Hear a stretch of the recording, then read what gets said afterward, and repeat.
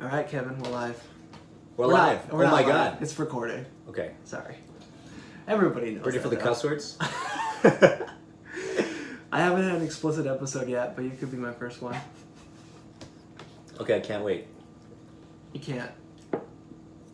I can't. Oh, you're the one who doesn't cuss. Though. I can't stinking wait. Oh man, sorry. Oh. Did you hear that? No. I was supposed to put on Do Not Disturb. That's All alright. right. Well, thanks for being over here, Kevin, and joining me on the podcast. Yeah, thanks, Travis. We're actually live inside your studio. So I'm actually looking straight into your eyes. It's kind of crazy. Yeah, you are. I don't do in-person interviews very often, and it's more nerve-wracking, I'd say. I know, right? I even know you pretty well. I know. I'd even say we're friends. Well, I mean, I didn't classify as that before, but today, since you said that, like, I think we reached a new level. Just kidding. I consider you my friend. Okay, good. Whew. At least you didn't deny it when I said we were friends. Yeah, I'm not a friendship denier. That's good. Yeah. All right. Well, welcome to my studio, which is also my kitchen. Thank you. As you can tell if you're watching the video from the microwave and toaster oven framing the shot. And the dog's here too. Yeah, the dog. So if you're not on the YouTube channel, you're missing out on a picture of a dog right now. Mm-hmm. She was is a she, right? Yeah. Yeah, she was freaking out a second ago, but now she's calmed down. So I think she's growing on me. She's calm. Well, Kevin, who are you? How do we know? How do we even meet?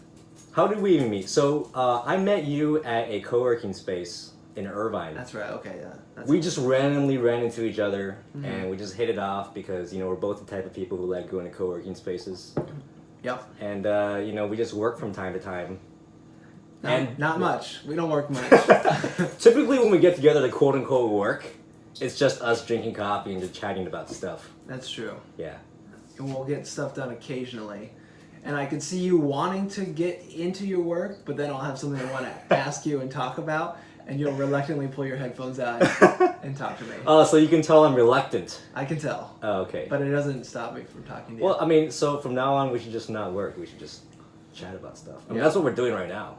Yeah, but this is kind of work. No, I wouldn't call this work. Oh, yeah? You wouldn't call it work? I mean, It feels like work, doesn't it? Oh, my God. That's I'm leaving. End of podcast. Well, I'm glad you're here. Thank you. Mm-hmm. This is a book review, second book review on the podcast. Okay. What was the first? The first one was it was my friend Scott. I don't remember the episode number, and it was about like a history. It was like a bunch of little history bits. Okay, I gotta listen to that. I listened to the AI one. Oh, what'd you think? It's fascinating. Okay. And scary too, but Yeah. fascinating. That's like the level we're on. Is we're both like, I think we're tech people who like to think about the future a little bit. Yeah, we do. That's why we have the book we have today, that was a good segue. Great segue. The book is called The Future of Humanity, Our Destiny in the Universe by Michio Kaku. Did I pronounce that right? Yeah, I think so. So there it is for the camera. But this is like, we just naturally talk about this stuff a lot, I think, when we hang out. We do, yeah. We do. I mean, this came from, we were at Barnes & Noble or something, right? And we wanted to a real buy a book or something. A real physical bookstore. Yeah. Yeah. We were in there for like 2 hours. Because I said you pick this book, remember? I said you could pick the book, whatever you want. Right.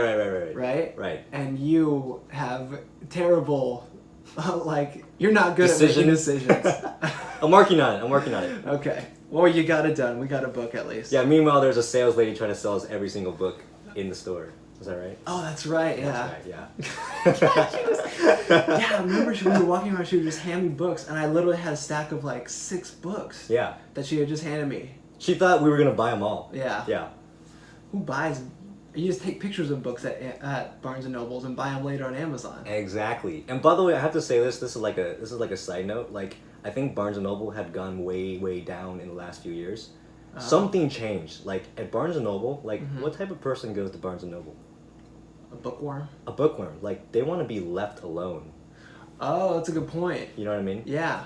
And people in Barnes & Noble, like, there's somebody coming around every single few minutes telling me that, asking me if I'm finding everything okay. And I'm like, yeah, I'm good. Like, I'm an introvert. Like, just leave me alone. You know? That's a good point. Yeah. They should just leave you alone. And they have those little center kiosks. They do. Things. Yeah. But so you Where can. you can go there if you want to. Exactly. But they should stay in there and not come, seek you out. I totally agree. Oh, okay. Man, maybe an executive to Barnes & Noble will hear us. Yeah, hopefully. You hear that, Barnes & Noble, huh? Yeah. That seems really logical to me, honestly. Yeah. That's a good point. Seriously. Okay. Well, moving on from that, so what do you think about this book, like, overall? I mean, I've seen Michio Kaku on TV shows before, and the way he talks about science, he explains things so clearly, and he just kind of ignites a spark in your head. I've seen these books. He has The Future of Blank, like, series of books. Yes, that's right, yeah. Right. I've seen these books. I always pick them up a little bit. I browse through them, and I'm like, man, like, super fascinating stuff. And, like, I'll buy it one day. Right. But I've never bought it until this. So, just, like, amazing, yeah. Okay, so you should thank me. It was a good excuse for you. Yeah, thanks, Travis. I owe you big time. Yeah, I know. Don't forget it. But Michio Kaku is that for the video. He's that guy with the long hair. I think pretty much anybody would recognize him when they saw him. Don't you think? Yeah, absolutely. He's pretty like, what is he, like a journalist, scientist type of TV personality? Yeah, I would say he's like an educator, like Neil deGrasse Tyson. Yeah, he's on that same level. Yeah, and like actually knows what he's talking about. Like he's a real physicist. You know? Okay, yeah. So that's what I was thinking. Like, what do real, like, physicists and scientists think of him? Do they think he's just like a TV personality, or they actually like respect him? I have absolutely no idea.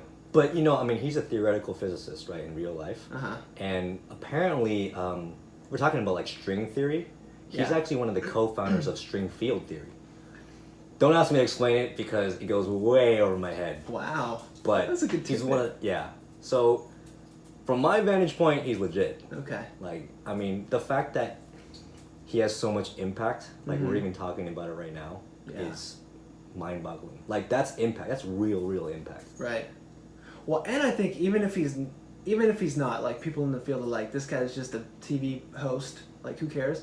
But he's good at communicating, like, difficult stuff well and making it pretty interesting. Yeah. I actually loved a lot of the examples he gives in the book. Like, I think we'll talk about it in, like, pretty soon, like in a few minutes or so. But he gives like super, like, he'll bring super complicated things and like give you an example. Like he'll give you like a real life example and you'll be like, I get it. Yeah, the example is key, I think. Exactly. Because it's like he'll tell you something, you're like, oh, okay, I kind of get it. But then the example kicks in and you're like, oh, it's like chocolate sauce and applesauce, how they don't mix. Exactly. Exactly. Yeah. Real life analogies. Yeah. Yeah. It really does help. And look, on a side note, I want to say, I used a real book. You got a Kindle. Right? I will say you're flipping through your book right now. But I too have a physical book, which I will show to the YouTube audience. Yes, you do have a real book, but you decided to go for the Kindle instead. I decided to go with the physical and the digital. But I just want to use this as an excuse to show off my invention that I came up with. Oh. Because here was the issue. I was reading this on a plane and stuff and traveling with this. And I didn't have like a highlighter or a pen to mark stuff that I wanted to mark to talk about right now. So I was like, man, I need like a bookmark that's also a pen. Oh. And so I did some like Googling. Amazon doesn't really exist. They're kind of hard. There's like some that are okay, but they're hard to get. And then so I made this. Oh my god. What do you think? I think you're the future of humanity. Wow. Oh my god. I should be a chapter in this book, right? Yeah, Travis DeRose. Holy crap. So this is the bookmark pen making its debut. I'm going to describe it for the audio audience, okay? It's literally just a pen. I took apart the pen and used the center, inkwell part, just the main part, the only thing you need for a pen, and then taped a piece of paper around it. It doesn't sound good when you describe it. No, because you had a problem. Yep. And then you solved it. Mm-hmm. Like, that's what entrepreneurs do. Thank you. Yeah. But it works great. I've been using it for like a month. Oh my god, that's a good idea. Mm-hmm. Can you make another one? I'll make you another one, yeah. So I'm gonna take this one. You just making yourself another one. Okay? That's your gift for being on the podcast. Oh, thank you. Plus, another surprise for being on the podcast. Oh. Your very own Curiosityness sticker. Thank you. Wow, you actually have stickers. Oh my god. Oh yeah, I got stickers. By the way, get your own free sticker at curiosityness.com/free sticker. All one word. 100% free. I pay for shipping and everything. Mm-hmm. There you go. Oh my god. This is really cool swag. This is an incentive to get on the podcast. Well, they're free anyway. Oh, okay, yeah. Yeah, Well, so you don't have to be a guest. okay, well, then you have to give me 2 then. It has to be something special. I can't afford 2. But thank you. You're very I love it. Cool. Well, is that it? Should we dive into the book now? Yeah, let's do it. Are you ready? I'm ready. Okay, so let's start. Okay, so it's the future of humanity, and basically, he kind of goes through. The book is in 3 parts. Part 1's leaving the Earth. Part 2 is Voyage to the Stars, and Part 3 is life in the universe. So it's kind of like, it's focused on like leaving Earth, basically, right? Right. Exactly. And like, are we gonna leave Earth? Should we leave Earth? How are we gonna leave Earth? What's it gonna be like on the trip away from here? How are we gonna get away from here? And then what's life gonna be like on a different planet or asteroid or anything? Yeah. Or anything really. Yeah. Like, so I mean, I think the rationale of this book is like a great place to start. So like, why are we even talking about the future of humanity? Right? Like, why are we talking about stuff that could happen 10,000 years from now, or 100,000, or 1,000,000, or billions of years from now? Like, why do we even care? Yeah. Right? Right. And we were talking about this one time. You and I were talking about this one time. Uh-huh. And I think we were at a coffee shop or something. And I was like, wow, in the book, you know, Michio Kaku was talking about how 75,000 years ago, a gigantic volcano in Indonesia exploded. Just erupted. It was a gigantic eruption, right? There was a whole bunch of, you know, dirt and ash into the air. Yep.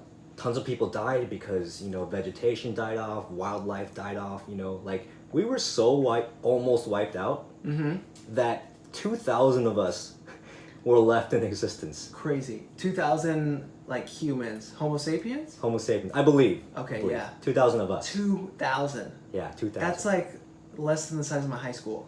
I know, right? Me too. That's insane. Yeah. Wow. Like, every single person who is on this planet today, whoever lived, descended from those people.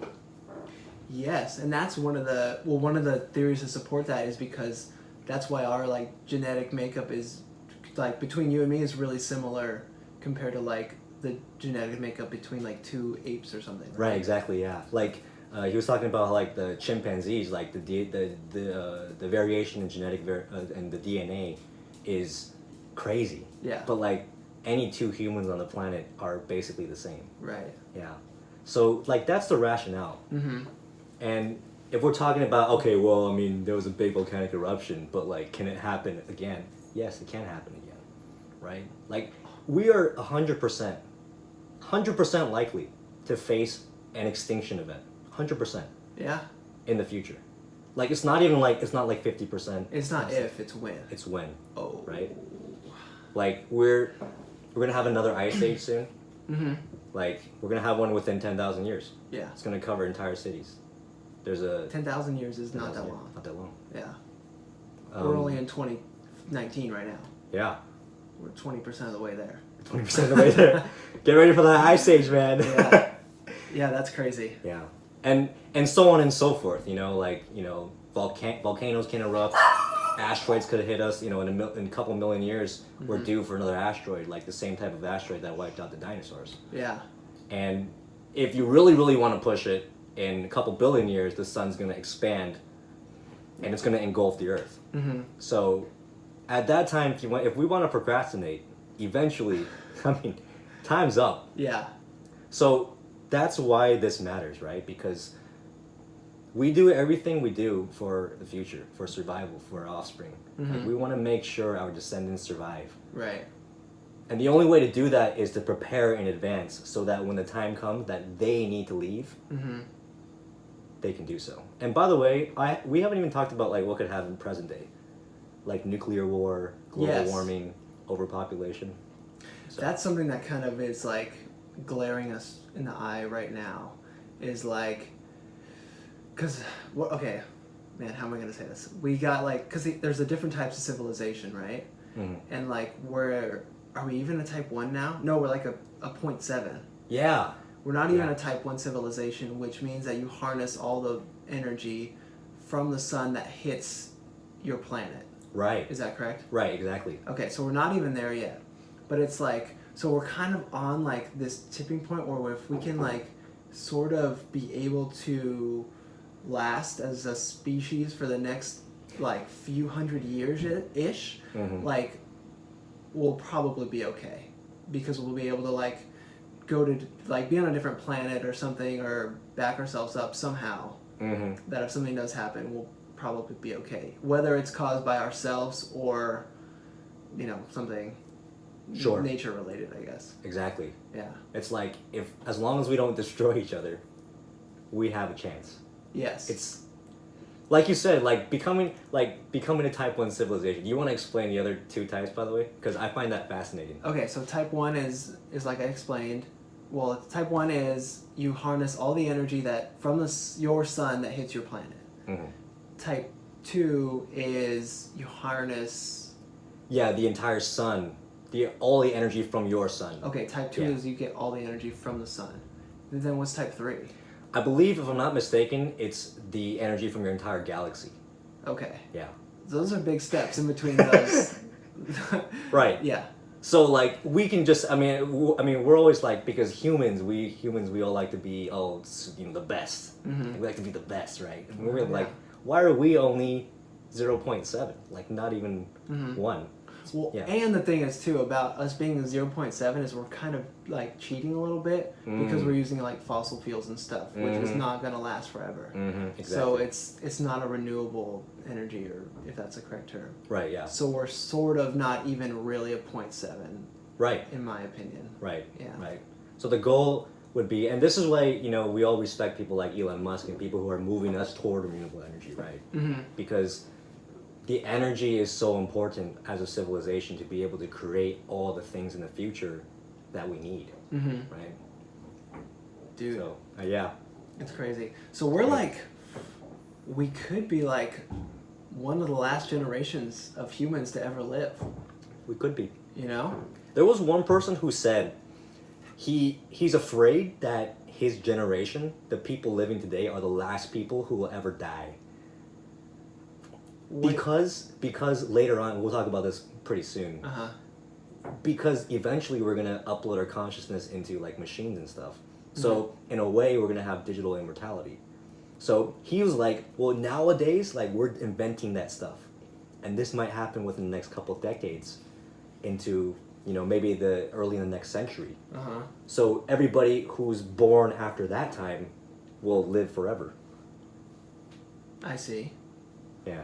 So, but did he make it sound like it was a bad thing? He made it sound like it was a bad thing that he would die. Oh, okay. Okay. I see. The guys working on it now are not going to get the rewards. Yeah, maybe. Maybe not. Right. Yeah. But you know what? Maybe we can see that as a positive. Like, we can see that as, you know what? We need to move as fast as possible to get to that point where we can not die. Right. But then again, it's not about us. It's about humanity. Yeah, it's about the bigger picture. Right. Yeah. Or it can be about us. I mean, I don't know. I mean, that's what it's like. It's because we all kind of everybody wants like some sort of immortality. Sure. And then to have that, you kind of need to save the whole civilization. Mm-hmm. The human race needs to be intact for you to be able to live forever. Right. So, there you go. Yeah. But, okay, well, let's dive into this a little bit. Do you even want to live forever? I don't know. My thinking right now is like it's evolving towards why not. Right. Okay. Like I think this stuff is so cool that, like, wouldn't you want to go see what's on Alpha Centauri? Yeah. Like, totally. I'm kind of like, why not? Yes. Like That's how I feel too. Like I'm like, yeah, duh, I want to live forever. Like I want to see all this stuff. Like reading this book, I'm like, hell yeah, I want to do all this, But like, but I'll hear, I don't fully understand it, but I'll read things or hear things that like, no, you don't want to live forever. Sure. Because then you lose like purpose or things like that, I guess. But it's like, I can't like comprehend that now in my brain because I don't know, because it's not going to happen or right now, or yeah, I don't know, you know what I mean? Yeah. Okay. I actually had the discussion with a lot of people. Like, Really? I mean, well, it kind of just bubbles up. I don't know why, but like, someone will be like, "Well, I mean, when I'm old, or like 89 years old, like I'm gonna be in pain, and I'll just want to pass away." That's what they say. But Yeah. I'm like, my counter to that is, like, if you're in your like 20s or 30s right now, decades will pass before you hit 80 or 90. Yeah. Like, medical advances are gonna be crazy. Right. Like, you might regret when you're 80 or 90 years old saying back when you were 20 or 30 that I would want to die when I'm 80 or 90, because your doctor's gonna be like, no, I can save you. Like, you don't want to die. Like, do you really want to die now? You're gonna be like, no, I take it back. Yeah. Well, they're not going to hold you to what you said when you were 20. Right. But you know what I mean? I'm just, Yeah. like, my point is, everybody's saying that right now doesn't know what's going to happen 60 years in the future. Right. They're basing it on what old age looks like today. Yeah. Where it's like, yeah, if I'm suffering and every day's like horrible and I'm in pain and stuff, I probably don't want to live forever in that. Sure. But like, if I'm like I am now and like fairly young and spriteful, you know, and life's pretty good, I'm good living forever. Exactly. And if your loved ones like live forever with you. Absolutely. Yeah, because that's the thing where like, that's like the Twilight Zone thing where the one guy lives forever, but he sees everybody die and he's lonely. Oh. Or like the Age of Adeline, or you know. Sure. I've never seen that Twilight Zone episode. It's like it's a story that's been told all the time. It's like Sure. a classic thing. Sure, But, sure. Like, yeah, that would be horrible to be immortal in a world of like mortals. Sure. It's like, what are the ramifications of living forever? Yeah. Right. But that's not what we're talking about. That's not what we're talking about.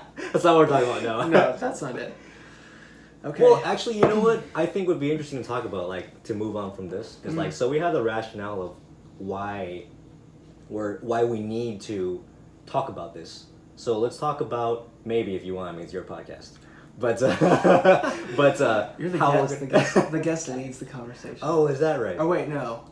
I think I'm supposed to. I'm the host. Oh, yeah, I'm sorry. Well, yeah, okay, well, I guide you where I want to go. Okay. I'll let you do it. You'll let me do it this one time. Yeah. Okay. Go ahead. So I think it'd be cool to talk about one time where we're gonna go from Earth, how we're gonna proceed outward into the universe. Okay. So what do you think about that, Travis? Is that the kind of question you ask? What do you think about that? Yeah, what do you think? I don't think I've ever asked that question. Oh man, I'm a bad podcast host. Yeah, it's not a therapy session. Okay, so you're talking about when we do. I mean, we're already sort of on track to leave. We need to leave Earth. Okay, and we need to leave Earth because inevitably Earth is we're gonna kill ourselves with a big nuclear war, like Terminator style, or those are the machines actually. But okay, we're gonna kill ourselves, or the Earth is not gonna be, hospitable for us, or in long term we're gonna get swallowed up by our own sun. The sun's gonna burn out. Whatever. We need to leave Earth. So what's the first step? Is that what you're asking me? Sure. Yeah. What's the first step? So, well, we're kind of working. NASA's kind of working on right now is building like a moon, like another space station thing that's orbiting the moon. Correct? Yeah. If I recall correctly, Yeah. I believe it's called a deep space transport. Yes. The deep space gateway, actually. Sorry. Oh, okay. Deep space gateway. They call it the same. Like, they call the thing that launches you, deep space gateway, and the thing that the craft that you travel in from the gateway, the deep space transport. Oh, okay, that makes sense, I guess. Yeah, so it's easy to get them mixed up. Yeah. But anyway, so apparently their goal, because they stated in 2015. And then you're talking about NASA, right? NASA, yeah, NASA. Okay, yeah. Is they stated in 2015 that finally their focused goal is to make it to Mars. Yes. So after decades of getting lost and just muddle, they finally have one single goal, right? Which is to make it to Mars. And their strategy is, first of all, getting to the moon again, and from the moon taking off to Mars. Yes. And as opposed to someone like Elon Musk. Oh, and NASA's timetable is get to Mars by like the 2030s or something. Mm-hmm. Fairly, like, reasonable. Fairly reasonable, you would say. Mm-hmm. You know who's more ambitious? Elon Musk. Of course. You know when he wants to get to Mars? When's 2024. Wow. It's great. A mere 5 years away. I know, right? Yeah. Isn't that amazing? Like, someone's gonna step foot on Mars. Yeah. But he's been wrong on his timetables before.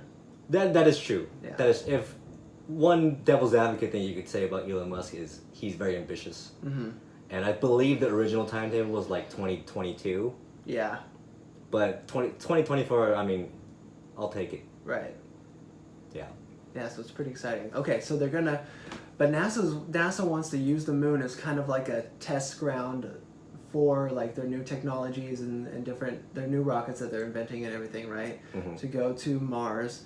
But then they're also going to use the moon as kind of like a port. Yeah. Sorry, what was the name? Like a spaceport, basically. Like a spaceport. Yeah.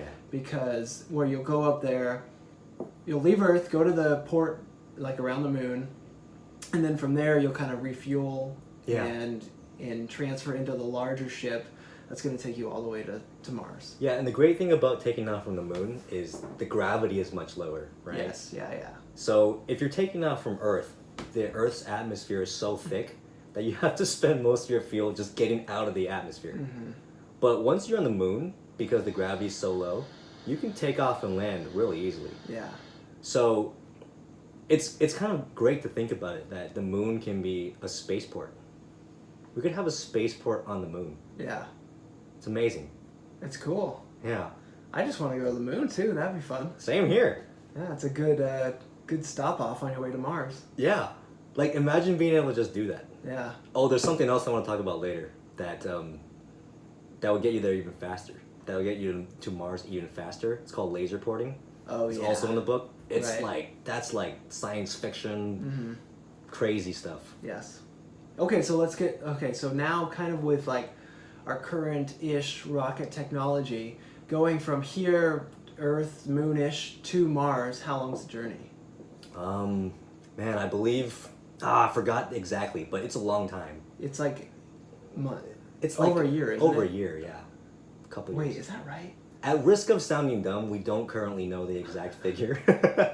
Because, okay, it takes a while to get there, at least a few months, but you have to stay there for like 18 months to 2 years, something like that, until the orbits of Mars and Earth are kind of at their closest again before you can make the trip back. Right, exactly. So that's why it's kind of so long, right? Because otherwise, if you left immediately, it would take longer to get back to Earth. Yes. Right. Yeah. Right.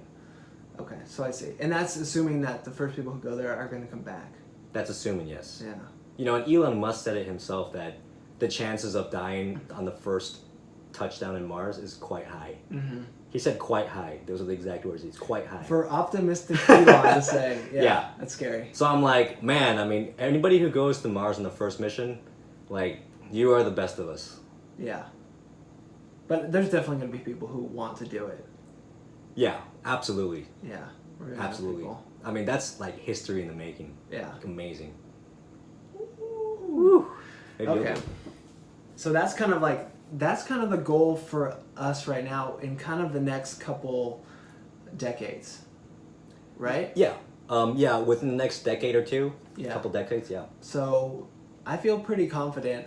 I'd say like 95% confidence level that you and I are going to see somebody land on. We're going to see a human from Earth land on Mars in our lifetime. I agree. And we're about I'm 25. How old are you? I'm 29. Jeez. Okay, 29. Yep. Just turned 29. Oh, congrats. Yeah. So that's pretty cool. It's pretty cool. We're going to see someone land on Mars. That's going to be exciting because I just went through all the Apollo stuff. Yeah. Of like for the 50th anniversary, and it made me a little jealous, like not being around for the Apollo like moon landing. I know, right? It seemed really like exciting and fun, and kind of brought the whole world together. Yeah, that must have been the most electric thing of all time. Yeah.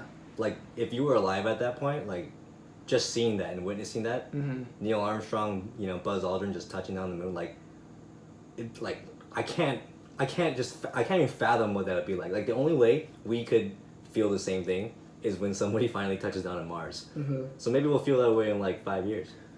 Wow, 5 years, you think? Maybe. Yeah. I Okay. think Elon might be right. Okay. And I'm excited. Personally, this is awesome. Yeah. And it's gonna like excite a lot of people who are like not 100, they're not like super into this kind of stuff like you Right. and I. Like we're pretty interested in it. Right. More than the average person. But it's gonna kind of bring a general interest from the majority of people, I think. Exactly. On that note, I think it's so important what people are doing nowadays. You know, like the billionaires like Elon Musk, Jeff Bezos, you know, Richard Branson. Like what they're doing is so important because the government, you know, bless the government, but the government is composed of a lot of people making decisions. Yeah. And politics has a huge effect on whether the space program gets funded. You know, and sometimes it's just not politically feasible. Yeah. You know, so if you're an entrepreneur, you control your company and you can divert money into your own space projects. You know, like the entrepreneurs nowadays are the ones driving the space program forward. You know? Yeah, it's true. Like, I mean, NASA's just kind of been spinning its wheels for the past, like, 40 years, like, kind of after the shuttle program ended and stuff, like, man. Right. Yeah. They haven't really been doing it. They haven't had a real direction. But do you kind of attribute their focus on going to Mars now because of the success and influence of people like Elon Musk and Jeff Bezos and stuff? Yeah, maybe. And also the public imagination has gotten reunited as well. Yeah. Like you and I are talking about it, you know, people are talking about it, you know, like yeah. You always, I mean, I'm gonna go on a little tangent here, but like, you know, stuff hits critical mass when normal people are talking about it. Yeah. Like, I remember back, you know, a few years ago when cryptocurrency was like taking off like crazy. Yeah. And I remember playing some poker at a casino, and somebody was asking me about crypto. Like he was like, "Oh, should I invest?" By the way, the advice I told him was, "Don't invest more than that you're okay with losing." So that was my advice to him. But I mean, that's the practical advice, but that's not what we want to hear. That's not what we want to hear because we want to be rich, right? Yeah. But anyway, so my point is, when he was asking about it, I just realized at that point that cryptocurrency was taking off. You know, and the same thing has been happening with space for a long time now. Yeah. Like normal people are talking about space. Yeah. And that is great. Yeah. 100% agree. It's fun. Okay, so what comes after Mars? We land on Mars. Well, I guess let me... Yeah. I'm going to take one of my topics, if that's okay. Sure. So this is just, I don't know, we're kind of bouncing back and forth.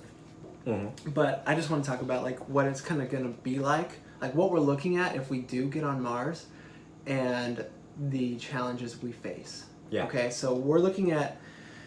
Mars is, like, it kind of has the misconception of being hot because it's red. Yeah. And I still even think that sometimes, which is like unbelievable, but it's freezing there. It's like literally freezing. Like it rarely gets above the freezing point of water. Like it rarely gets above that. It goes below that all the time. So it's cold. Okay. It's cold. And then, but that is also good because that means there's ice on the surface, Yeah. so there's water. So you just dig a few feet down, and you hit the permafrost. So you can excavate it, you can get ice, melt it, purify it for drinking water, or you can extract the oxygen for breathing, Right. and the hydrogen for heating and possibly rocket fuel. Exactly, right. So that's the good news. But it's not going to be very pleasant temperature-wise. So like if there's any sort of like power outage or stuff or anything like that, it's basically like life or death. Sure. And quickly. Right. And also because the atmosphere of Mars is so thin compared to Earth, and the gravitation or the magnetic field is so weak, the radiation from space isn't absorbed or deflected as it is on Earth. So you're going to get there's a bunch of radiation. It's like a real problem, especially like extended living on Mars. Right. Like even if you're in like a little, I don't know, or a little, biodome bubble kind of thing, like unless it's made out of lead or however that works, like you're gonna get radiation. Right. So that's like a big issue. Good news is the day on Mars is basically about the same as a day on Earth, so that's good. The tilt of Mars with respect to the sun is also about the same as Earth, so we got lucky on those two. But gravity is only about 40% of what it is on Earth. Right. So like kind of cool. Like you're gonna feel like you're on a different planet, like space wise and stuff, and you can jump around. But it presents some issues because you're gonna have some like serious bone and muscle density loss and everything. You're gonna have to like exercise a couple hours a day. Absolutely. Which that like sucks. Yeah, nope. That's gonna be hard. People don't exercise 10 minutes a day here. Right. You know? But maybe in 40% less gravity or 60% less gravity you'll be motivated to. Right. Otherwise you're gonna come back home all weak. Yeah. Weak sauce. Yeah. So that's the thing, it's like maybe you kinda have to like make the choice to live on Mars permanently. Mm-hmm. Because that's gonna be a tough like transition back to Earth with that gravity situation. Exactly. Yeah. You know, and that might be a question for people, right? It's like, do you ever want to come back? Some people might say no. Yeah. You know, like there's a ton more out there than there is on Earth. I mean, relatively speaking, I don't want to hate on Earth, but like maybe people will just choose to go to Mars and from Mars go to Jupiter or whatever and just keep going. I mean, you can't live on Jupiter, but you can live on the moon in Jupiter and just keep going. Right. You mean like in the distant future? Distant future. Okay, I see what you mean. Yeah, because the first trips to, like the first colonists who go to Mars, it's going to be a nightmare for them. Yeah. It's going to be hard. Like bringing supplies there is going to be a crazy challenge. Yeah. You can sort of compare it to the journey of coming to like the New World-ish. Yeah. You know? Like Christopher Columbus, that's not the correct guy anymore. You know? But you know what I'm saying? Mm-hmm. So it's going to be like that, but I don't know, 100 times as hard. Yeah. So that's what they're doing. It's literally colonists are colonizing Mars. Mm-hmm. Okay, so that's kind of what I have to say about Mars. It's not going to be great, but the gravity thing's kind of fun because there's just a small thing on here about like the different sports that you could play on Mars. Right, like they're going to be different. Like we have to create like mega sports. Yes. Yeah, they're like just crazy things just because of the gravity difference, but also because of the reduced air pressure without whatever, just reduced air pressure. Yeah. So like you can't like throw a ball the same. Like a football's not going to spiral the same. So like some sports you can't even translate. Exactly. Like, you know, I think he was talking in the book about how sports stars get paid millions and millions and millions of dollars because they can control precisely a ball. Mm-hmm. Those skills don't translate to Mars. No. Which means a new crop of sports stars, Martian sports stars, will rise up. Yeah. So that's like the fun, interesting stuff we're really going to see a lot of, I think. Yeah. So, okay. That's all I have to say on Mars. Yeah, cool. Yeah. So this is kind of like a thing I was thinking about. Do you think is it initially going to be like tourism to Mars? Like they'll set up a kind of a small colony type of thing, like a home base, and people will sign up, probably wealthy people at first, definitely wealthy people at first, and they'll go to Mars for, you know, the 2-year period or whatever. They'll live on Mars, they'll probably have a job to do while they're on there, but then they're going to head back home. Like it's always planned to be like a kind of a tourism trip where you're just visiting. You know, my personal opinion on that is the space tourism is going to start orbiting Earth. Like it's going to be around Earth and the moon. That's my personal opinion first. Yeah, you're right. And you know, we see that with like, you know, Bezos' Blue Origin, you know, and you know, Richard Branson, you know, they want to make space tourism a thing, right? And I think, like, this is just my strictly personal opinion, that Mars for the foreseeable future is going to just be building infrastructure and maybe terraforming it so that we can live there. Yes. Yeah. And then the space tourism, maybe down the line, like maybe, I don't want to make any predictions because first of all, I'm not that knowledgeable about it, and I don't want to be wrong and hear this like 100 years from now. So if I live that long. Yeah. Well, and like even as a tourist going there, it's not going to be like an enjoyable trip. Yeah. So something that most wealthy folks probably would not be into anyway. Exactly. Okay. And I mean, I think it's kind of mundane, but we also have to think about like boredom on a spacecraft.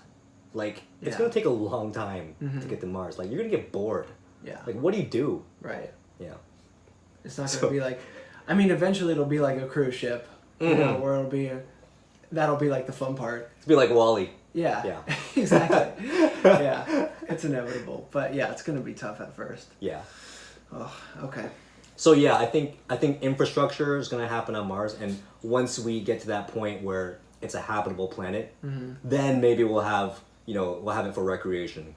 But I think at this point we're just building infrastructure. Strictly my own opinion. I think you're right. It's inevitable. Like that's the easiest thing to do is to get, out of the Earth's atmosphere and experience some, zero gravity in a ship for a little while and come back down. Exactly. That'll be the first tourism, and then to the moon, and then to Mars, possibly. Right. So I think you're right. Well, thanks. An interesting thing about Mars, maybe a segue as well, which is the things we build on Mars is going to be super expensive. Yes. Like infrastructure is going to be wildly expensive. So how do we pay for it? Yeah. So we got to go a little bit outwards, maybe, to the asteroid belt. People say that an asteroid's like a gold mine in space. It's like a big gold mine just floating around in space. Yeah. And I think there was one line in the book where Dr. Kaku was like, the resources on one asteroid they're thinking about roping into Earth's orbit, they total $5.4 trillion. Yeah. Like, could you imagine like being a trillionaire? I know, just one asteroid, that's all it takes. You just gotta rope one in. That's right. Yeah, that's crazy, because there is actually like a handful of companies working on that. With like big money backing them because the upside is so big. Like it's kind of a long shot, but there's a big upside. Right.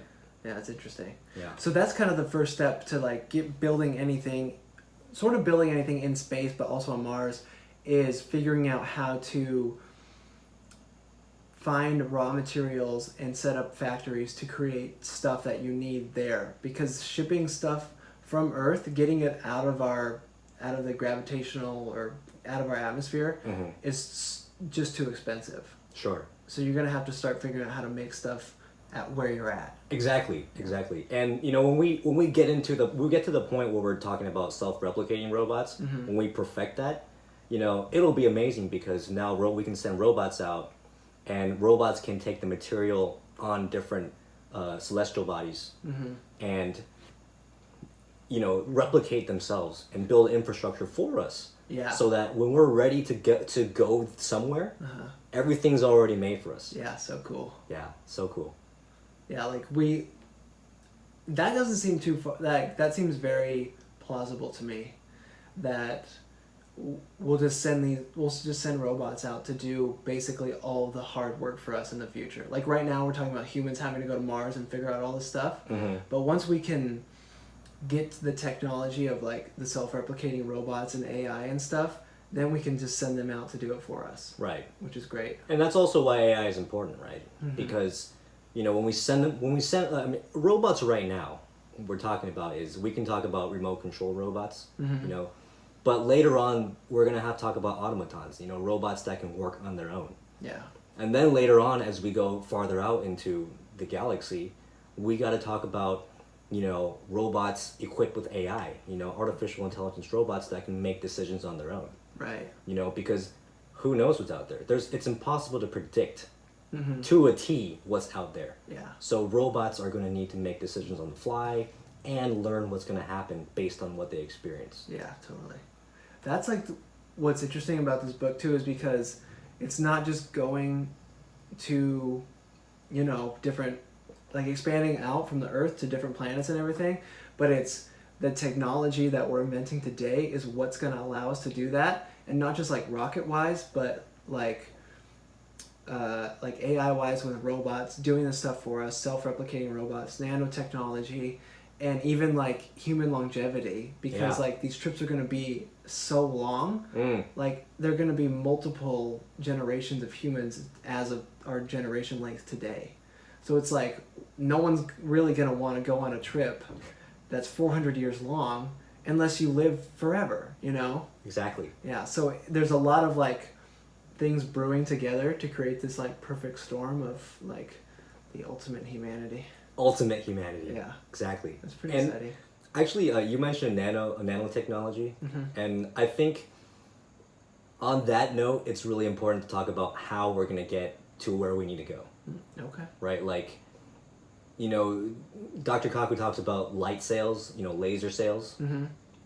And or for everyone who doesn't know yet, it's basically you put a computer chip on a gigantic sail. Yes.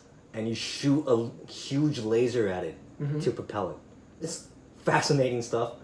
I can't get into the physics. I don't know if you know the physics behind it, but I certainly don't. I can't explain it well. I don't want to embarrass myself. Yeah. But it's like fascinating. And the thing about laser sails is we can create one with current day technology. Yes. Isn't that like amazing? It's like so who's cool. to make it? Yeah. And Stephen Hawking was saying how we can make a laser sail that would travel at a fifth of the speed of light and send it out, and in 20 years it'll reach Alpha Centauri. Yeah. That's crazy. Crazy. It's so cool. Like we have, like a lot of the stuff we have it or we're really close and we can do it on like a smaller scale, but it's just a lot of it holding it back is the money. Yeah. To build like this big infrastructure for things. Yeah. Yeah. On the money note, I think it was like the estimate was like $10 to $50 billion. Yeah. And I think the International Space Station cost like $150 billion. Yeah. So we can do it. We could do it. You're right. We just got to pay for it. But like, what would be the point of doing that now? Because we don't have like, what would we send out on that laser sail? Yeah. Well, essentially, it would be like a probe. So I see your point, but the probe would send back a ton of useful information. Like we've never been at Alpha Centauri. Yeah. Right. So while it's going by Alpha Cent, it would transmit back information. I think the word on the street is it would take like 4 years for the information to get sent back. Right. But if we have the word, the word on the street, the word of science, Right. Yeah. Yeah. But if we're willing to, pay that money, we can get the information. Yeah. No, it is cool. A lot of stuff is attainable. This isn't science fiction. It's possible science fact. It's science fact. Yeah. It's definitely science fact. Yeah. Yes. Okay. So where do we go from here? What should we talk about?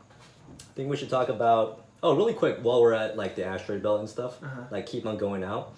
The reason we keep on going out, instead of trying to go from our solar system straight to like, I don't know, God knows where, is we think of it like island hopping, right? Yeah. So like we don't try to cross the ocean all in one go.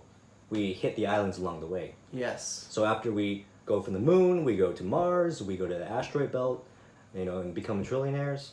We go to the moons, on Jupiter or Saturn, right? Mm-hmm. We have spaceports there.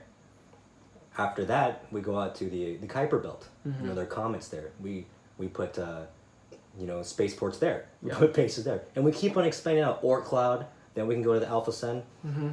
Like that's how we do it. Yeah.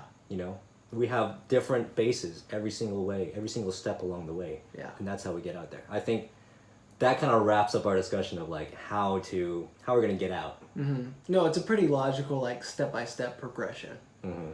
It's the only way that makes sense. It's the only way that makes sense. I think everybody pretty much agrees on that. Right. And on that note, in terms of laser porting, Uh-huh. Again, to explain, just for anyone who doesn't know, laser porting is basically, we have to talk about something first. We have to talk about mapping neurons in the brain, which I think you're quite knowledgeable about that. Okay, well, no, this is okay. Yeah, I can lay down some info on this. Yeah. So, okay, mapping neurons in the brain. So what you're essentially doing, this means like think of it as creating an exact replica of your brain, like everything that you have in there being replicated onto a machine, like a hard drive, almost literally. Right. Like that's what it is. Isn't that like so cool? It's insanity to me. Okay, I'm trying to find this on here. I have a lot of stuff like on this. You're a learned man. Yes. Okay. So like the question is like okay, wait.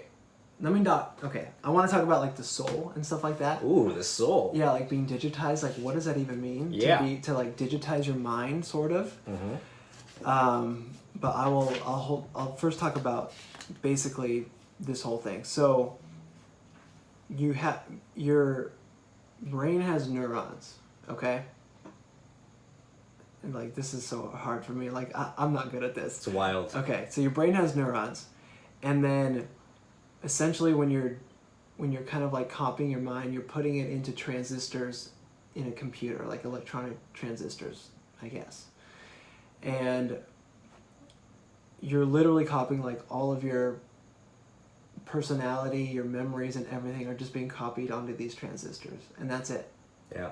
It's fairly simple. Fairly simple. Like when you think of it like that. Instead of having like a biological brain, you have like a, what's the word? Not mechanical, but like a digital. Like a digital brain. And that's all it is.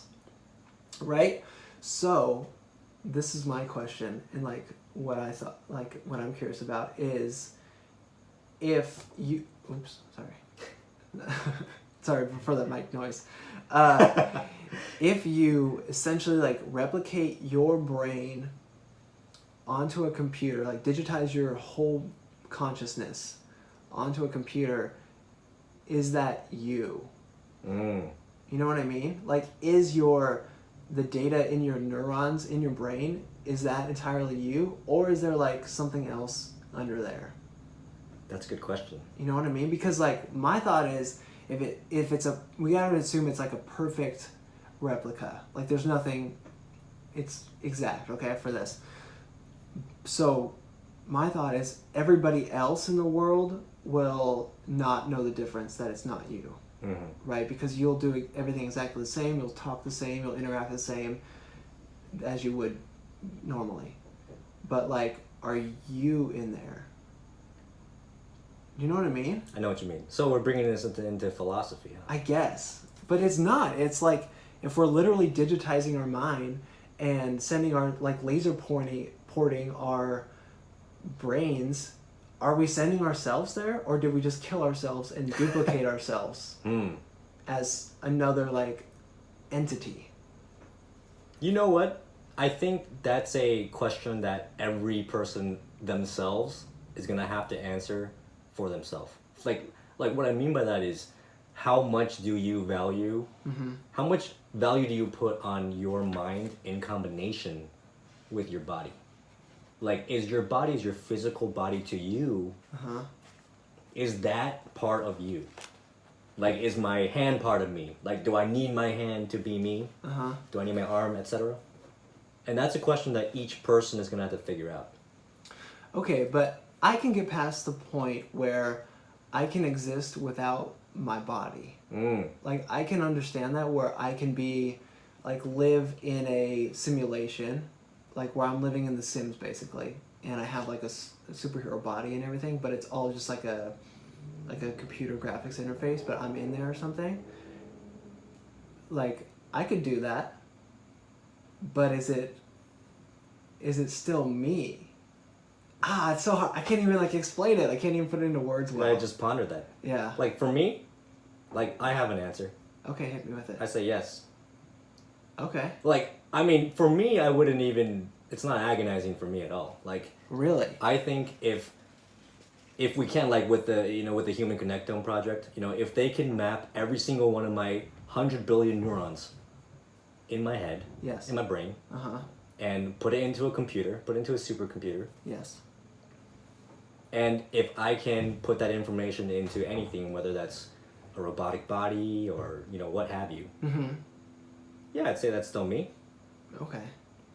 Assuming everything's an exact replica. Yes, yeah. Okay, that I'm fine to assume away on that one. Right. For now. But I'm just like, I'm not even like very super religious, but I'm like, isn't there like a soul or something? You know what I mean? Yeah, I do. I actually do know what you mean, yeah. And then, like, let's say you're able to digitize your mind and you're completely in this, you're basically in a supercomputer, and then, but it's a duplication. So you're still here, but you're also in this. Like, what does that mean to you? Right. That's a good question. I don't know what that would feel like. I don't have currently a concept of how that would feel. Like, I don't even know. Like, Yeah. I can't even hypothesize about that. I don't have any, parallel in reality to Yeah. that right now. My instinct is like, well, great, there's an exact copy of me who acts exactly the way I do, Mm-hmm. but I'm still here. Right. Like, I haven't been transported to this new thing. Right. I just can't get past it. I don't know. I don't know. I don't know what the ramifications will be Yeah. of two of Travis, being in the world. We don't need that. I don't know what it would mean for you. Like, how would you Right. feel? Yeah. And by the way, I feel like an interesting thing to bring up is, we're humans, right? We're biological. Mm-hmm. There is something to be said about energy, like the way you feel. Yes. I wonder if that would translate if all your neurons were mapped out in a computer. Do you know what I mean? Like feeling. I mean, a feeling is just a... Well, what do you mean by feeling? Like, you know how sometimes you just know stuff? Like, your subconscious just tells you something? Mm-hmm. Or like, you'll see something happening across the way and you're like, I know exactly what's happening. Right. Like, it's intuition. Yeah. Like, I believe in that, I think anybody actually does believe, everybody believes in that.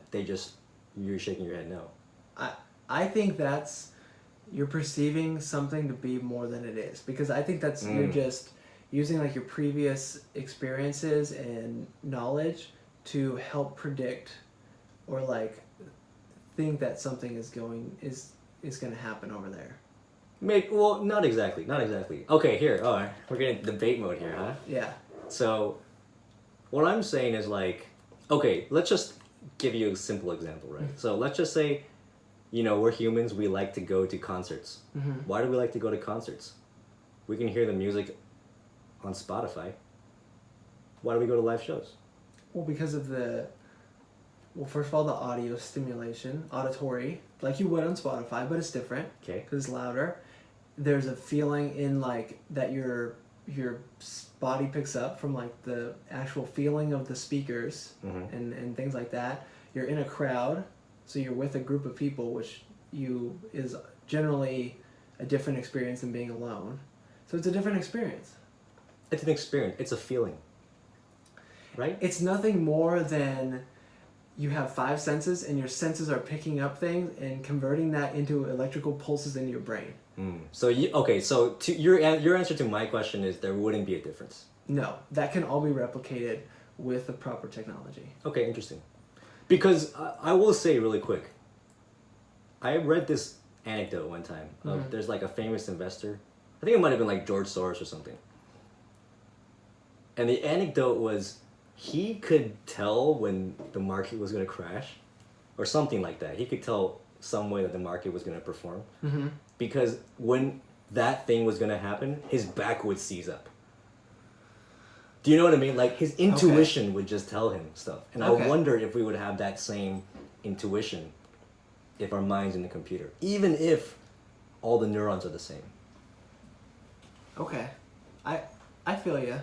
I feel like a good example maybe of what you're talking about is how you can, like, you're in your car and you can feel, like, the person in the car next to you, like, looking at you. Yeah. Even though they're not even in your peripheral. Maybe they are in your peripheral and that's how it works. Right. But, like, it feels like you can feel when somebody's looking at you. But, like, why? Right. So, like, I understand you a little bit. I get what you're saying. Yeah. That's why I feel like there's almost more to it than just copying your brain. Sure. But I'm also like, well, when you look at it, like, as everything in your body is just like an instrument sending, like, information to your brain, which then, does what it wants with it, which can all be recreated. Like, to recreate the eye, it's just a camera sending electrical information to your brain. Sure. And we're already replicating that stuff with, like, handicap eyes for people who can't see and stuff. Exactly. So I'm like, yeah, it's crazy. Yeah, maybe one day we can just make a 1-to-1 replica of everything, right? Yeah. We can just make almost, like, perfectly literally another of you and me. Mm-hmm. With the same hand, skin, eyes, feet, everything. Right.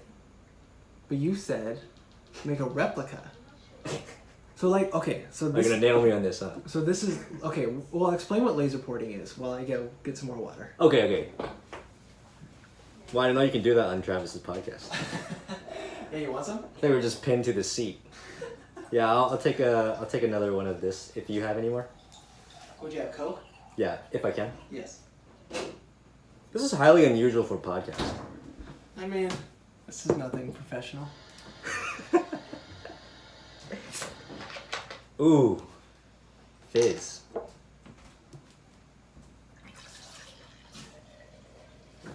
Oh, beautiful. Okay, that's perfect. Thank you.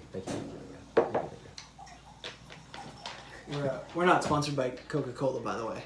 Right. This is some generic cola. It could be like RC cola. It's RC, it's Royal Crown. Royal Crown. It could be Pepsi. It could be the boilerplate generic cola you see in your supermarket shelf. Alright. Well, cheers. Oh, cheers. I bet that sounded good. I want to hear what that sounds like on the. I think your cup is plastic though, and mine's glass. Sorry. Well, I didn't know it was a. Yeah, I like it. I didn't trust you with a glass cup.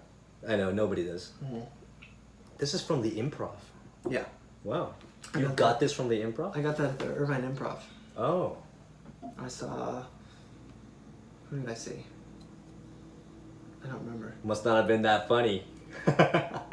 Oh, I saw Kevin Nealon. Oh, I'm sorry, Kevin Nealon. I didn't mean it. No, it's a great show. If you want to go see Kevin Nealon, highly recommend it. He's fun. Okay.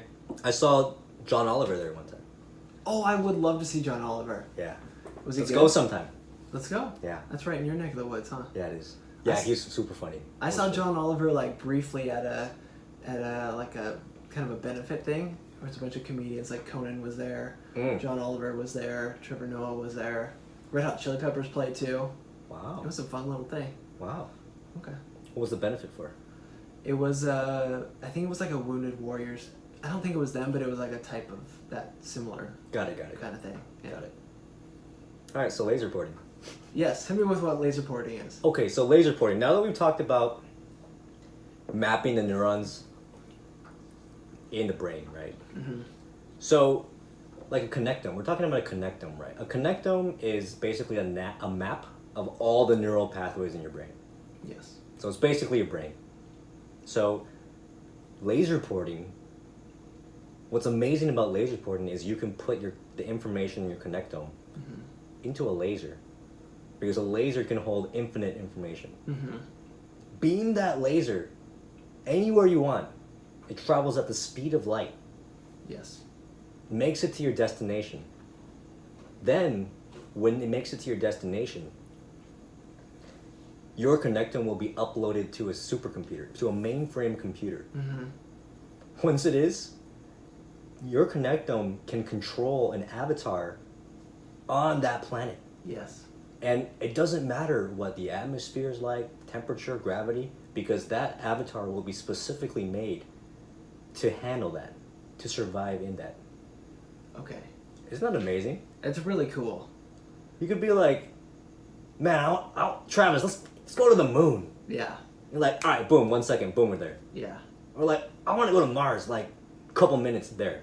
You're basically jumping from like body to body. Yeah. And the bodies are in different spots, different places. Exactly. It's almost like teleporting. It's almost like teleporting. Yeah. Like, that could be the future. Like, that's essentially teleporting. Right. Right? Like, even here on Earth, I mean, Dr. Kaku didn't talk about this in his book, but even here on Earth, if we could laser port, that's essentially like teleporting. Like, do we even have to like drive 40 minutes to hang out with each other anymore? Yeah, no, we wouldn't have to. Yeah, I would never visit you again. Well, I wouldn't expect you to. There'd be no point. That's true. I'm lucky you do now anyway. Okay, so here, let's like, that's awesome, and I love that, but I want to bring it back to my question because... Oh, it's all about you. Because I just cannot get past it. So, okay, let's say we'll use you, okay? Mm-hmm. Your connectome's been like mapped and everything, or I don't know, however it's going to work. but you're here on Earth and you're gonna get laser ported to Mars. You're like standing in the queue and it's about to happen. Mm-hmm. Okay, so is a laser basically just sending information, correct? It could send like an Instagram post if it wanted to. Sure. Okay, so it's sending the information. It's sending you as bits of information to Mars. Okay, does it literally, like, instead of like, to equate it to like a computer, like dragging and dropping a file from a folder onto your desktop? Are we dragging and dropping you there, or can we do, Control C, copy you, and then Control V, paste you in Mars, on Mars as well? You know what I'm saying? Right. And then there's two of you, but is the you that we pasted on Mars, is that actually you? And to riff off what you're talking about, what if, let's say like you commit a crime in one of you. Oh man. Is that you? Dude, this is a screenplay. That is a screenplay. That's a good idea. It's probably how sci-fi writers get their starts. Yeah, Yeah. I bet they have late night conversations like this. Yeah. Mm-hmm. Okay. What do you think about that? About the crime thing? Yeah, about the crime thing.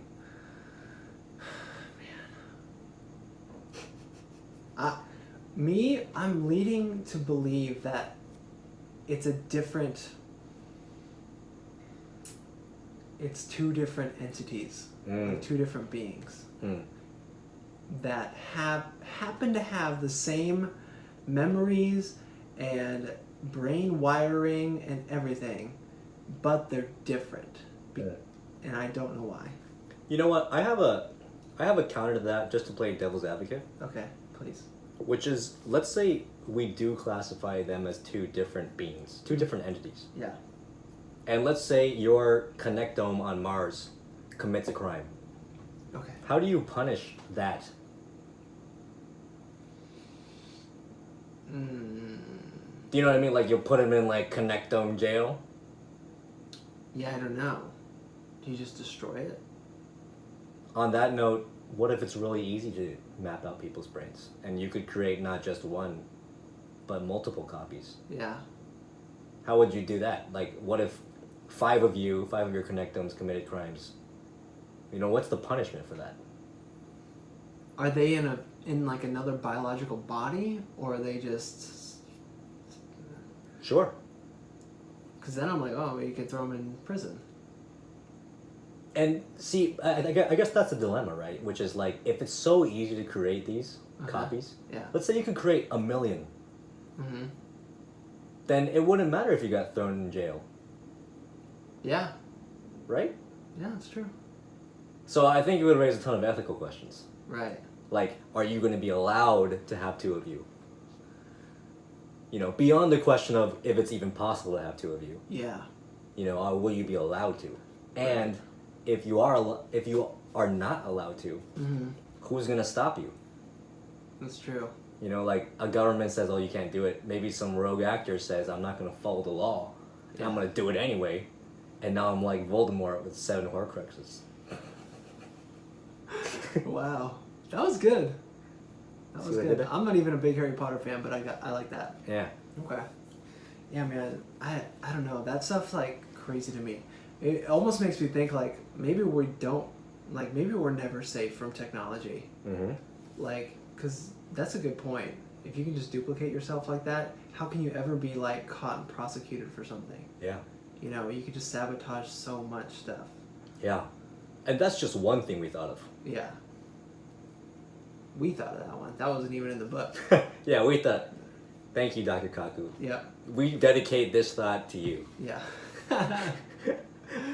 Oh, man. So, yeah, I don't think there's an answer, really, as of now for that kind of stuff. And, like, if you're being laser ported, if it's you being laser ported or what the deal is. I guess not until we do it. But even if we do it, there's not an answer. Yeah. I guess we'll just have to wait. I mean, well, actually, you know what? I take that back. I immediately take that back. Because, you know how we talk about the implications of AI, for example, like the ethics of AI? We have to figure that stuff out now. well in advance of when AI gets to the point that it's super intelligent and surpasses our intelligence. We have to figure these ethics out before that time. We can't be like, oh, just wait till it happens. Right. Because I mean, your guest on one of the previous podcasts was like, I mean, when we're dead, if we die, you know, our obituary is gonna say, I mean, we thought it was too complicated. Right. There's no second chance with AI. There's 0 second chance. Yeah. Same thing with connectums, potentially, and laser porting, and, you know, what happens if your connectum commits a crime? You know, same thing with that. We have to figure all of that stuff out. Yeah. Yeah, man. Yeah, I don't know.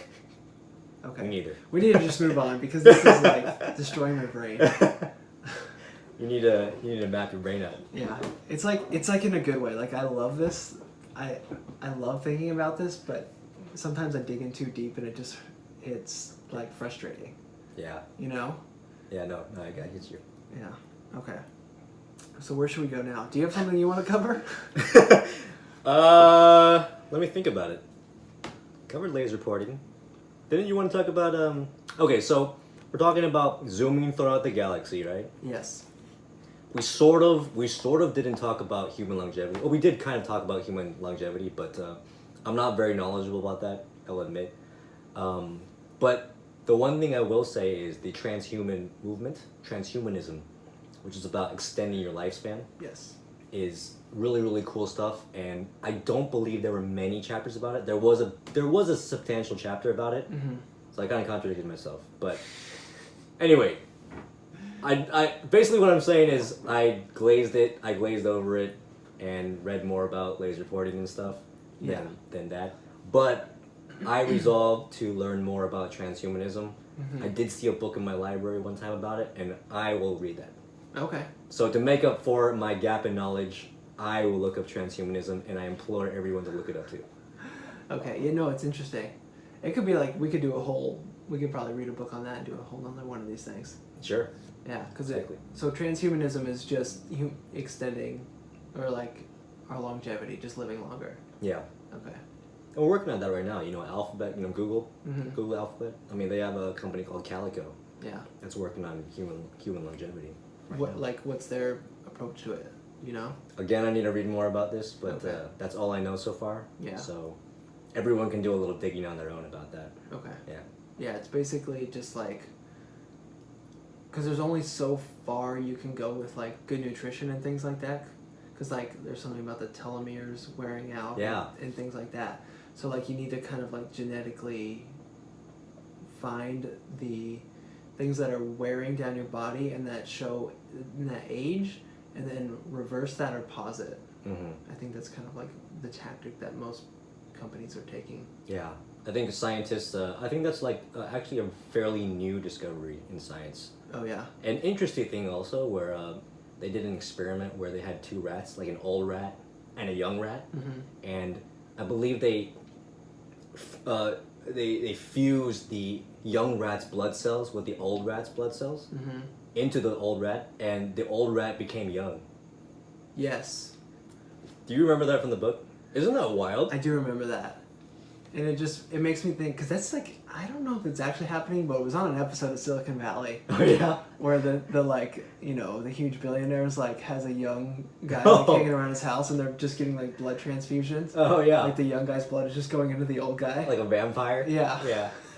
That's crazy. I guess there's like, I mean, it's all preliminary kind of research, but it's sort of showing that helps, I guess. Yeah. So, I don't know if that's if you can actually get that done. Sure. Legally. Sure. But maybe if you just find someone and do it yourself. I mean, there are tons of ethical questions about it too, right? Yeah. Like, and you know, like changing our genes, for example. Like, if you're a parent and you can change the DNA of your kid, like, should that be allowed? Yeah. I don't know. Like, are you allowed to have a kid by design that's like 50 IQ, smarter than me? Right. Or like just taller and better looking than me? Maybe everybody on the planet will want to do that, and we'll just be beautiful and tall and sexy. That's the thing where I feel like Yes, I think if it betters, if it makes you kind of like happier and healthier and like kind of live longer without, suffering, then why not? Especially if we can eventually get, and it's like every technology. At first, it's only going to be for the rich people and like wealthy, and that's what like people always criticize. But that just means once they're doing it, it's inevitably going to start to like it's going to go get down in cost, and everybody's going to have it. Sure. So like the transition time where it's like only some people are able to do that may suck, and now that I'm just saying that, it might be scary because if some people are born with a higher IQ, like that they've modified and stuff, like that could get a little dicey where they are smart enough to figure out how to make sure only them and their class and their group get it and it doesn't go down. But I mean, whatever, not to get into all that. But you raise a good point. If it can benefit all of humanity and everybody can eventually have this technology, then I don't see why anyone would turn that down logically. Sure. I mean, that's the crux of transhumanism, isn't it? Yeah. It's like, if I have the opportunity to make myself better, why wouldn't I do it? Yeah. So that's all I have to say about transhumanism. It's fascinating stuff as well. Yeah. And it's an essential path if we are to live forever, Yeah. It could be the bridge into digitizing our minds and living as robots, essentially. I just feel like negative on the ability that we'll be able to live more than a couple hundred years in like our biological bodies that we're given. I feel like we're gonna have to become like cyborgs that like, or be uploaded into like a simulation or something, or total just become robots completely or something. You know what I mean? That's just how I feel naturally. Like, how much can you really? How long can this pale fleshy thing really last? This glorious. Yeah. Yeah. This shimmering under the sweat. Glistening. Yeah. This kitchen Can fluorescent light. Yeah. I think you're bringing a great point. I think that leads to the concept of like, if we're gonna go out into the cosmos, are we gonna put our physical bodies into starships? It seems not logical to do that. Right. Yeah. Like, if we were to talk about just going to Alpha Centauri, 4.3 light years away, and currently we can't even travel at the speed of light. No. Like, we can't even do that yet. Right. So, even assuming that you could, it would take you 4 years. And that's just to the closest star system to our solar system. Yeah. Just that, 4.3 years. And when we consider how big the galaxy is, even if you could travel at the speed of light, it'll take you years and years and years and years and years and years for your physical body to get somewhere. Yeah. And plus, who knows what's happening in space, right? Like, there could be, you said on Mars, for example, like, people's bone density is going to decrease. Who knows what might happen on a different planet? You would need to morph yourself, biologically speaking, in order to survive on that kind of planet. Yeah. A problem that you might not have if you could just beam your connectome across the solar system. Right. And then be in an avatar, body that is suited for that planet. Right. Yeah. That seems like the much quicker, more logical way to go. Right. I think. Oh, and by the way, I gotta say on the topic of speed of light. So apparently, I mean, I don't want to get into like super physics because I'm not very knowledgeable about it, and I don't want to be ridiculed. Yeah. But apparently, we cannot travel faster than the speed of light unless we use, for example, wormholes. Oh. Yeah. You ever seen? Yeah. Okay. Go on. You ever seen Interstellar? Yes. You know that scene where one of the guys folds a piece of paper and sticks a pencil through it? Yeah. Yeah. Wormholes. Yeah. So by that method, we can travel faster than the speed of light. Einstein told us that we cannot travel faster than the speed of light, except under very very, very, very specific circumstances, Yes. like wormholes. Yeah. It's great. So it's sort of like, yeah, to like explain the paper thing, it's like you're on the one side of the paper, and then to get to the other side of the paper, instead of following the trail of the paper, you go through the pencil, which is the wormhole. Exactly. So, to me, I'm like, well, you didn't really go faster than the speed of light. You just found a shortcut. Right. You know? Exactly. So it kind of holds up to Einstein's theory still. In my mind, I don't know if that's correct. I was actually thinking the same thing. Okay. And I believe if you get a physicist on this podcast, he'll be able to educate us. Physicists would never come on here. They would never waste their time. Come on, we need to know. Right. Yeah. But so, okay, what was I going to say? This is riveting material. Riveting. Yeah, the listeners love this, but I can't remember what to say. I don't know. We were talking about light Wormholes. speed. Oh, Yeah. okay.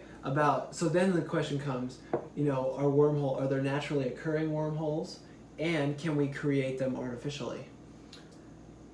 As I recall, we can. Mm-hmm. I mean, not we, but it is possible. Yeah. But, I'm getting to very dicey physics territory here. We would need to hold it open. Otherwise, we would get crushed. Yes, that's the thing. Is that can you even travel through a wormhole too? It's not even known if you can survive traveling through a wormhole. Right. But then it's like, well, do our bodies need to survive, or can we just laser port through it? You know what I mean? That is I hadn't thought of that. Yeah. Solves a lot of issues if we don't have these fleshy blobs following us around. Save that question for when you have your physicist on. Yeah. Because I would like to know. Yeah. I'd be interested. I mean, seems like it would work. Yeah. I don't know. And by the way, I'll take this to like a high level philosophical discussion, which is, you know why Dr. Kaku is so knowledgeable now? Why? It's because this stuff fascinated him as a kid, Mm-hmm. and he realized that if he wanted to talk about this cogently, and not just fantasize and actually know whether things would work, he had to learn a bunch of math and a bunch of physics. Yeah. So that might be a motivation for us to start learning some math. I kind of thrive on the... Yeah. I can't argue with it. You're right. I just don't want to. And on that note, I will say it's important to know why you're learning anything. Yeah. And I regret not having that why in school. Oh, And okay. I think young people today, Mm-hmm. I would hope that they try to develop their why of learning. Like in college, I took a lot of BS courses. Mm-hmm. I was great at getting through college, Right. but I regret not taking more things that genuinely interested me. Yeah. And for that reason, I could have spent years learning about this. Mm-hmm. And I would have been able to crush you on this podcast with all this. I'm just kidding. I know, that would have been nice. Because we're struggling now. Yeah, no, I mean, seriously, I would have been able to explain wormholes to you. Yeah. Or string theory to you right now. Right. But I can't. So, my point is, it's important to know why you're learning something. Mm-hmm. Don't just learn a bunch of math. Understand why you're learning a bunch of math. Mm-hmm. And I think we can all do that in education. Wow, that was nice. Well said. Thank you. Thanks, Kevin. All right, end the podcast. I Just appreciate kidding. that. Yeah. I mean, okay, I want to talk about... Okay, well, real quick, sorry. One other thing to talk about is when we're going to, these crazy distances where, 4.3 light years, it's like, okay, 4.3 years, but you can't really communicate very well with anybody else. Assuming that... I think we pretty much have to assume that you can't really go faster than the speed of light, even, sending information. Right. Right? So, you can't have a Skype call with somebody that's 4.3 light years away. Right. It's just not possible. So, you're not going to have a lot of connection and, things things with that. So you're going to have different cultures start to emerge very, very quickly. And they're going to be very different than we see here between our different cultures on Earth, because they're going to have really limited contact between each other. Right. Yeah. I mean, isn't that kind of what happened with the first, the surviving humans 75,000 years ago, and how we all branched out? Yeah. Yeah. Yeah, no, it'd be very similar to that, because likewise, the humans in Africa did not have much contact with the humans in Greenland. Mm-hmm. Mm-hmm. Like literally, probably the same as we would have between us and Alpha Centauri. Sure. So. I think you'd be I just really find cool. it interesting. Yeah. I agree. Yeah. I think it'd be really cool to see how people develop. Yeah. Like somebody living on, I don't know, on a comet. I don't know if you can make civilization on a comet, but let's just say someone living on in Alpha Cent. Mm-hmm. What would they be like compared to Earth? They'd have the Alpha Centauri slang. It's like, what's the software? We'd have so much different slang. Man, you might have predicted the future, man. Yeah.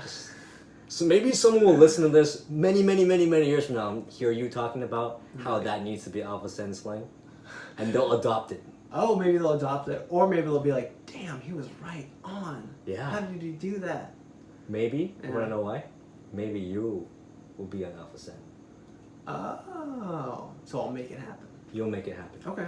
Like that guy who invented bling bling. They had him on MTV one time. What is that story? What do you mean? I actually don't remember the story, but they had him on MTV specifically because he invented the word bling. Really? Yeah. Wow, okay. And then then someone started saying bling bling. Yeah. They doubled it. Yeah. Or something like that. I don't know. Okay. You can have him Thanks on. for that story, Kevin. Really useful, man.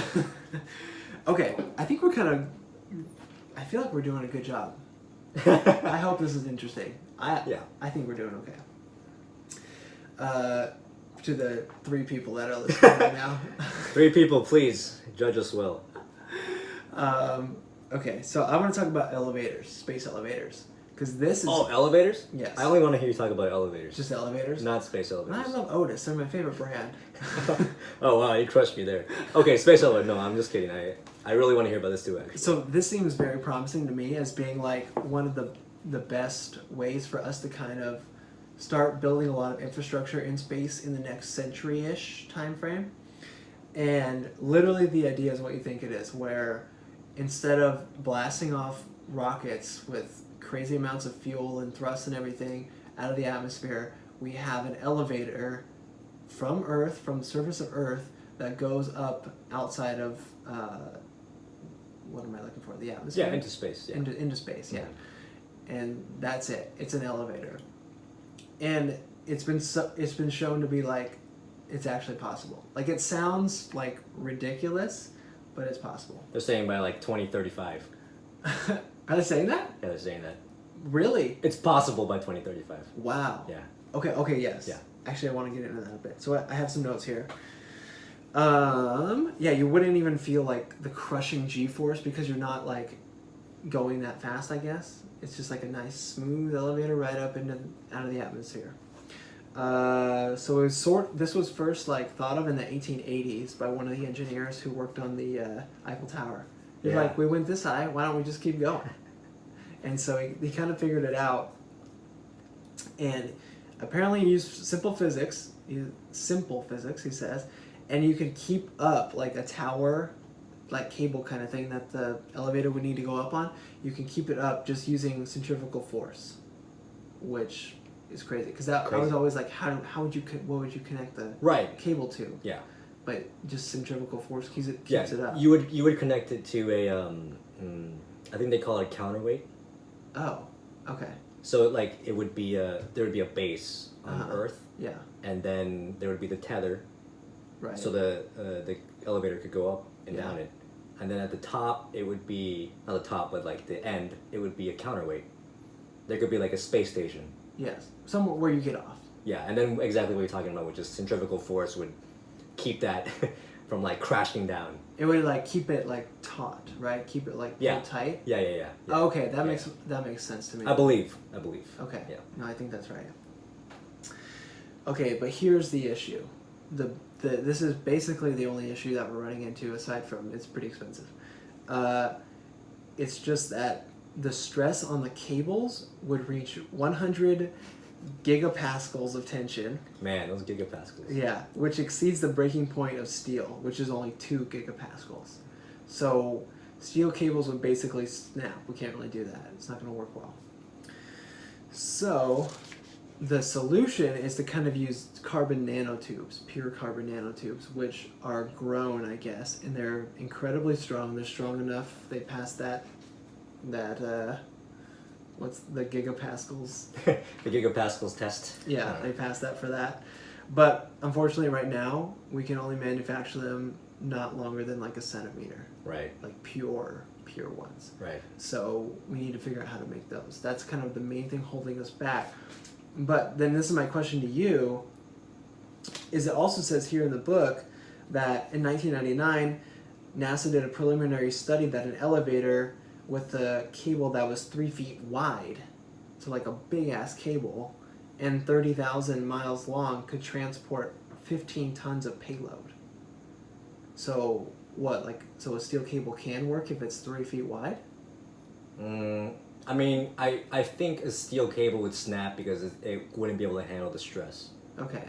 Is that right? That's what he said, but then what was the study that NASA did? Oh, I believe they're saying that, I mean, I'm not looking at the book, and you are, so you're cheating, It's but right here I'm just if you kidding. I mean, wouldn't it be you would have to make that from carbon nanotubes? Okay, so it has to be 3 feet wide of carbon nanotubes. Is that what they're saying? Right. But I'm not going to get quoted on that. Okay. Yeah. Okay, no, that would make more sense, I guess, but yeah, I was confused. Okay, Yeah. so what's the 2035 thing? Did you just read about that? I might be confusing it with something else. Okay. Because now that we talk about how difficult it is to make that many carbon nanotubes, I'm kind of like, well, if we can't solve that, then how are we going to make a space elevator? But that is, I believe that year popped out at me while I was reading something.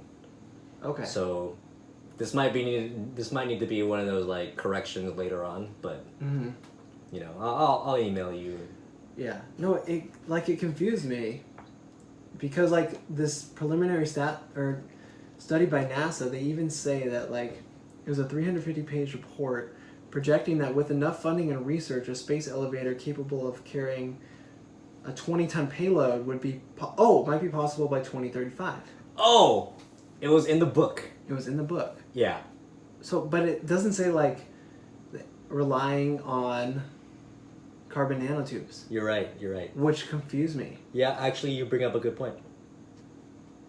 And it said it would only cost 10 billion to 50 billion, a fraction of the 150 billion that went into the ISS. Yeah. So I'm like, shit, let's build this thing. Like, let's get a 3 foot wide cable and do it. If it's steel, if that's what they're talking about. So yeah. You're right. I don't know the answer to that question, actually. Yeah, you would need to okay. ask Dr. Kaku. Yeah, I'm confused. Yeah. I'm sure he gets a lot of questions. I bet I'm sure he does, yeah. So, but no, yeah, I'm with you. Okay. And also on that note, I mean, it's kind of like AI. Not as severe as AI, but like we would need to make sure we get it right the first time. Because could you imagine if that tether snaps? If a cable like that long snapped, it would just wipe out the whole... It would just whip out everybody. Yeah, there would be tons of debris. God. That Yeah. would be horrifying. If I watched a little video on this, Uh-huh. if it snaps at the base, I mean tons of debris on Earth. Yeah. If it snaps from the counterweight, there'll be tons of debris in the atmosphere. So it'd be more difficult to get out of Earth. Woo. And we don't want that, so we have to get it right the very first time. Yeah, you're right. Man, but it's cool. Literally the only thing, it's physically possible, the only thing holding us back is we don't have a material strong enough. Right. Or the funding. Right. We're not sure. Right. Yet. Yeah. Yeah. That's just so cool to me. A space elevator is great. Like, that's great for tourism. Just take the ride up there, spend, the afternoon there, have a space picnic, come back down. Transporting, like, a bunch of, equipment up there gets so cheap all of a sudden. Right. Yeah, it's crazy. Yeah. And they would power it with lasers, too, wouldn't they? Yeah. I think so. I believe you're right. Yeah, I think you're right. Okay. Yeah. I think that's fascinating. Yeah, you know, that's one of the like most exciting things in this book for me, because I feel like we're not too far from that. I don't know. I just feel like it's really promising. Right. I was gonna say something. The role of money. We've talked about money as the barrier multiple times on this show. Yeah. And it just goes to show you that the fuel of progress is not just ideas and knowledge. It's straight up cash. Yeah. You know? So right. that's why you really respect somebody like Elon Musk who doesn't care about the money. He just looks at the cash as an asset to build the future. Yeah, that's true. It's like fuel. It's like a force multiplier. It is like fuel. That's well said. Yeah. Yeah. No. So what I'm saying is, go make your money, man. Right. Oh, you want me to do this? Yeah. Okay. I'll do it. I'll get some money too. We can combine. Okay, our money. we'll pitch in together. Yeah. Okay. Yeah, no, it's a good point. It's like this stuff, even if it's theoretically possible to build it right now, it may not be within the realm of possibility because of just the immense amount of time and what resources that you need to build things. Yeah. Yeah. So that's the other aspect of we need to figure out the actual step-by-step practical way to build these things. Mm-hmm. Yeah, good point. Yeah. Was that the last thing you wanted to talk about? I got one or two more. Okay, yeah, hit me. To wrap it up, to conclude it. So, Okay, good. I think what's really interesting is, so Dr. Kaku talks a little bit about what ETs would look like. Mm-hmm. Like if we were to meet intelligent civilization out there, what would they be like? Yeah. Right? So he talks about like they would need to have probably big eyes, like, and eyes in front of their heads, right? Because predators have eyes in front of their heads. Yeah. Prey have eyes on the side of their head. So they probably look like us, kind of. I mean, not look like us, but their eyes would be kind of like ours. Yes. Right? They'd have some type of opposable thumb or some type of, grasping mechanism, like tentacles. Mm-hmm. Because you have to have that in order to manipulate tools. Yes. So it just goes to show you that intelligent life would be kind of like us in a way, but let's not get carried away. Yeah. And on that note, we are where we are right now. Mm-hmm. But an alien civilization many, many, many light years away in a different galaxy. Yeah. Sometimes we ask why aliens haven't visited us. Mm-hmm. And Dr. Kaku gives a really good example in his book, which is if an alien civilization so advanced had the technology to travel trillions of miles to visit anywhere they want, why would they come visit a backward civilization like Earth? Mm-hmm. Relatively speaking, I'm not insulting the entirety of Earth. Well, yeah, no, I understand. But why would they come visit us? Yeah. And I think it's important to be humble about where we are. Mm-hmm. There could be civilizations millions and millions of years ahead of us. Yeah. And we should be humble. It's something that humanity, I think, would do well to practice. Right. And on top of that humility, also being really, really, really curious, because we need that curiosity if we're going to build the future. Wow. Well said. Dang, that was good. I feel like, should that wrap it up? Maybe. Should that be like our final, gift wrapping of all this? I think it can be, yeah. I liked it. Me too. Okay. This was fun, man. I know. This was great. Yeah, it was a good book. Amazing book. So we're both not huge readers. We're not great. It took me like a month and a half, maybe 2 months to read this, but you read all this last night, huh? Oh, you called me out. Yeah. I read 60% of it yesterday. I devoured it. Yeah. It's fascinating. Once you get into it, it's great. I could stay in there all day. Yeah. Yeah. I think I'm going to I might reread this And then pick up some other books by Dr. Kaku. Yeah, I would love to. So it's The Future Of is a series. Yeah. He has like, I guess this other one is The Future of the Mind or something like that. Yeah, I was going to say that. Yeah, exactly. Okay. No, yeah, I want to check out some more. Cool, man. Well, I'd say this was a success. Me too. Thanks for having me. Yeah, thanks for being on and sharing your thoughts. I think you really impressed me. I think you did better than I did, honestly. Well, I mean, you know why? What's that? Because I had all of yesterday to assimilate 60% of the material. Oh, so it's all fresh. It's all fresh in my head. Yeah. Okay. Well, I guess that's it. Thanks for being That's on. it. Enjoy your new sticker. Thank you.